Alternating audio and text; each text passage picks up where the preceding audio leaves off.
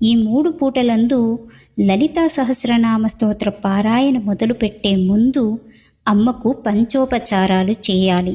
అంటే గంధం, పుష్పం, ధూపం, దీపం, నైవేద్యం వంటివి చేసిన తరువాత మన గోత్రనామాలను చెప్పుకొని సంకల్పం చెప్పుకున్న తరువాత లలితా సహస్రనామ పారాయణ చేసుకోవాలి. ఇక్కడ నైవేద్యంగా పాలు, పండ్లు వంటివి పెట్టవచ్చు.